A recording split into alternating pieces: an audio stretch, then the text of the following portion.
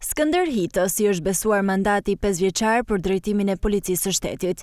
Vendimi për emërimin e tij në krye të bluve është marrë sot nga qeveria, pasi emri i tij u propozua nga ministri i Brendshëm Besfort Lamallari. Lajmi u bë me dije nga vetë ministri, i cili në një postim në rrjetet sociale shkruan se ky vendim erdhi në bazë të meritës, profesionalizmit dhe integritetit. Hita, 46 vjeçar, garoi përballë 13 kandidatëve të tjerë, mes tyre emra të rëndësishëm dhe me karrierë të gjatë në radhët e bluve. Emri i tij rezultoi ndër kandidatët më të vlerësuar nga procesi konkurrues dhe u propozua qeverisë nga ministri Lamallari. Sot në mbledhjen e Këshillit të Ministrave miratuan vendimin për dhënien e gradës drejtues madhor dhe emërimin drejtues të përgjithshëm të policisë së shtetit, zotit Skënder Hita.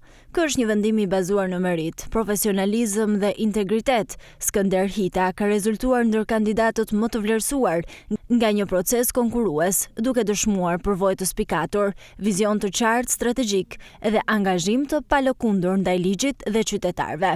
Skënder Hita zvendçon në këtë detyrë Ilir Prodën, i larguar nga kjo detyrë me 1 mars pas protestës së dhunshme të Partisë Demokratike me Molotov drejt vilës me artist. Mbetet për të parë nëse Hita do ta çojë deri në fund mandatin 5 vjeçar si kryepolic, ndërsa konsiderohet një nga drejtuesit më me përvojë në radhët e bluve.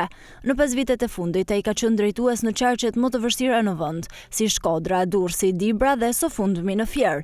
Me marrjen e detyrës, Hita pritet të nisë një analizë të plotë të drejtorive të policisë në të gjitha qarqet e vendit. Në profilin e tij profesional bie në sy edhe fakti se gjatë gjithë karrierës në policinë e shtetit, emri Hitës nuk është përfolur për lidhje me krimin apo grupet kriminale.